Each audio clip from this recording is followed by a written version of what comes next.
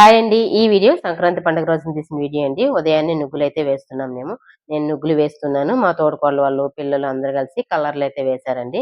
ఊర్ల దగ్గర వచ్చేసి మనకి స్థలాలైతే బాగా పెద్దగా ఉంటాయండి. ఆ స్థలాలకు తగ్గట్టు మనం నువ్వులు వేసామంటే ఇంకా చానా బావుంటుందండి. నేనైతే కొంచెం పెద్దదిగానే వేశాను నువ్వులు. దానికి తగ్గట్టుగా కలర్‌లు వేసేసరికి నువ్వులకి చాలా బాగా అందం వచ్చాయండి. అలాగే వైకుంఠ వాకిళ్ళు వేశాను కదా! ఇంకా చానా బాగా ఉన్నాయండి. అలాగే నువ్వులన్నీ వేసిన తర్వాత ఇంకా ఒక్కొక్కరుగా వెళ్ళేసి స్నానాలయితే చేసేదానికి రెడీ అయిపోయామండి. స్నానాలు చేసిన తర్వాత ఒక్కొక్కరుగా రెడీ అయ్యి వచ్చారు. అలాగే మధ్యాహ్నం వంటలు గాని, అన్ని వంటలైతే రెడీ చేసి పెట్టామండి.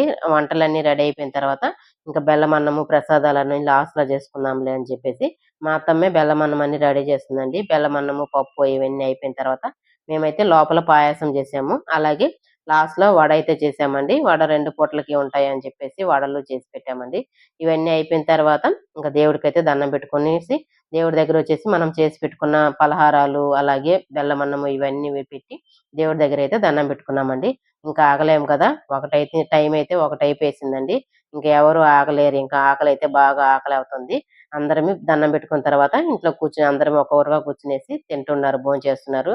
ముందుగా వచ్చేసి ఇంట్లో ఉండే మగవాళ్ళందరూ తినేసిన తర్వాత మనం కూర్చొని తినొచ్చులే అని చెప్పేసి సంక్రాంతి పండుగ రోజున ఏమేమి వంటలు చేశామనేసి చూద్దామండి.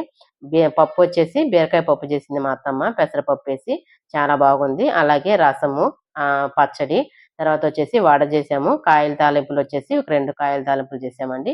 ఇవన్నీ భోంచేసిన తర్వాత కాసేపు రెస్ట్ తీసుకునేసి, అలాగే సాయంత్రం వచ్చేసి పెద్దలకు పెట్టుకుంటాం గదా! మా మావయ్యోళ్ళ అమ్మ, నాయనకి బట్టలు పెట్టుకునేసి సాంబ్రానయితే వేసుకున్నామండి. అలాగే ఆ కార్యక్రమం చేసుకున్నాము. Okay friends. వీడియో గాని నచ్చిందంటే ఒక లైక్ ఇచ్చుకోండి. అలాగే మీ ఇంట్లో సంక్రాంతి పండుగ ఎలా సెలబ్రేట్ చేసుకున్నారో కామెంట్స్‌లో అయితే చెప్పండి. అందరికీ హ్యాపీ సంక్రాంతి.